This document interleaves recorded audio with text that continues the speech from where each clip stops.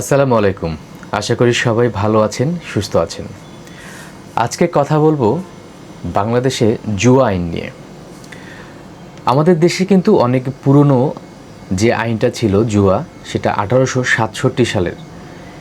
পরবর্তীতে বাংলাদেশ সরকার 2026 সালে জুয়া প্রতিরোধ আইন নামে নতুন একটি আইন করেছেন।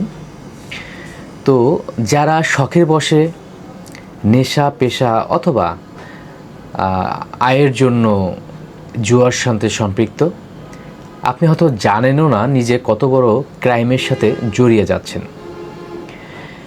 খুব সহজভাবে বলতে গেলে পূর্বের যে জুয়া আইনটা 1867 আমাদের দেশে চালু ছিল এই ব্রিটিশ আমল থেকে, তো সেখানে কিন্তু জুয়ার খেলা বা জুয়ার আসরে উপস্থিত এই সাজাটা খুব কম ছিল। 1 মাস, 3 মাস, 200 টাকা জরিমানা অথবা 100 টাকা জরিমানা। অনেক ক্ষেত্রে দেখা যেত যে আদালত 5 দিন বা 7 দিন অনাদায়ে 300 টাকা 500 টাকা জরিমানা এরকম ছোটোখাটো করে দিয়ে ছেড়ে দিত। এখন কিন্তু আর সেই সুযোগ নেই বলছে এই কারণেই 2026 সালের আইনের সাথে যেটা সংযুক্ত করা হয়েছে যে পূর্বে কিন্তু অনলাইন বেসড যে জুয়াগুলো চলতো, সেটা হতো বেটিং, খেলাধুলাকে কেন্দ্র করে অথবা বিভিন্ন অ্যাপসের মাধ্যমে। এগুলা কিন্তু পূর্বের আইনে এগুলা ছিল না। এখনকার 2026 সালের জুয়া প্রতিরোধ আইনে এই বিষয়গুলো কিন্তু সুস্পষ্টভাবে উল্লেখ করা হয়েছে। আপনি যদি কখনো অনলাইনে কোনো বেটিংয়ের সাথে, কোনো খেলাকে কেন্দ্র করে জুয়ার বেটিংয়ের সাথে যুক্ত থাকেন, তাহলে কিন্তু আপনার 7 বছর পর্যন্ত কারাদণ্ড হতে পারে।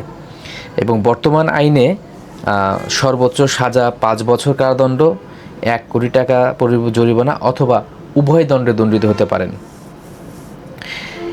তো যারা জুয়ার সাথে সম্পৃক্ত, বিভিন্ন আমার বাস্তব অভিজ্ঞতা, আমি পারিপার্শ্বিক অবস্থা যেটা দেখছি, আস্তে আস্তে এই জুয়ার পরিধিটা কিন্তু ব্যাপক আকারে ছড়িয়ে যাচ্ছে। অনেকে হয়তো শখের বশে এটাকে খেলছেন বা সম্পৃক্ত হচ্ছেন, কিন্তু এটা কিন্তু আস্তে আস্তে অনেক বড় একটা ক্রাইমের দিকে ধাবিত হচ্ছে। কারণটা হচ্ছে এই অনলাইনে বেটিংয়ের মাধ্যমে, অনলাইন জুয়ার মাধ্যমে কিন্তু বাংলাদেশি অর্থ কিন্তু বিদেশে পাচার হয়ে যাচ্ছে।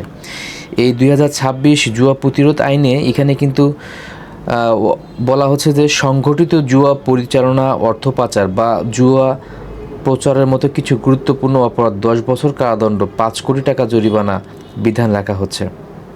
তো আপনি যদি এই সাইটগুলোর সাথে সম্পৃক্ত থাকেন, আপনি যদি এই সাইটের সাথে খেলায় যুক্ত থাকেন এবং অনলাইন ডিজিটাল প্ল্যাটফর্মে আপনার যদি কোনো অ্যাকাউন্ট থাকে, তাহলে এখনই এখান থেকে বের হয়ে যাবেন।